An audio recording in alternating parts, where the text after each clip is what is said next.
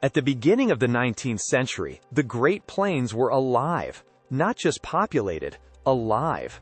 An estimated 30 to 60 million American bison, often called buffalo, roamed across North America.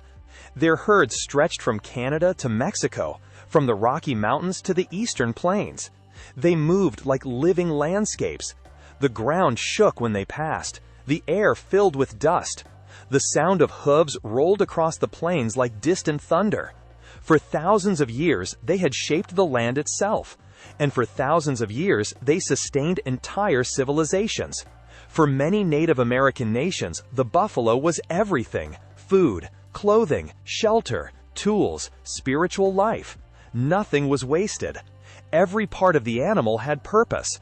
The buffalo wasn't just hunted, it was respected. Then the United States began moving west. Railroads cut across the plains. Settlers followed. Markets expanded. And the buffalo became something else entirely, a commodity. At first, buffalo were hunted for survival, then for profit, then for sport. Hunters shot them by the thousands. Trains slowed so passengers could fire rifles from the windows for entertainment. Carcasses were left to rot where they fell. Tongues were taken as delicacies. Hides were stripped for leather. The rest of the animal, often more than 90%, was abandoned. By the 1870s, the slaughter became industrial. Professional hunters followed the railroads, killing entire herds in days. New rifles made it easier. Telegraphs spread news of herd locations instantly, and the federal government encouraged it.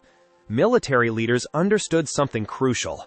As long as the buffalo survived, Native American nations could survive.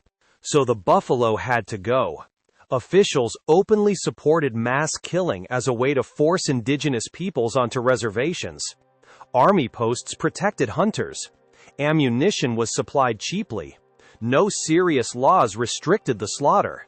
One general famously said that every dead buffalo was another step toward peace. Peace, in this case, meant starvation. By the 1880s, the unimaginable had happened. The great herds were gone. Skulls piled up by the thousands. Bones were shipped east by the ton to be ground into fertilizer and industrial materials. Where millions once moved, silence followed. By 1889, fewer than 1,000 bison remained in all of North America.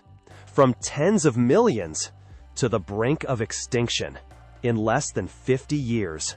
The collapse didn't just erase an animal, it shattered entire cultures. With the buffalo gone, starvation spread. Dependency followed. Forced relocation became inevitable. The destruction of the buffalo was not an accident, it was policy. Only at the very last moment did attitudes begin to shift. A handful of conservationists, ranchers, and native leaders fought to save the remaining animals. Small protected herds were established. The species survived, but barely. Today, the American bison still exists, but the wild, continent-spanning herds do not. What remains is a shadow of what once shaped the land. The buffalo slaughter teaches a brutal lesson. Extinction doesn't always come from ignorance. Sometimes it comes from intention, from strategy, from deciding that removing a species makes conquest easier. The plains remember, even if the herds do not. This is WTF History. History is stranger than you think. From forgotten battles to bizarre inventions, we uncover the stories that make you say, "What the history?"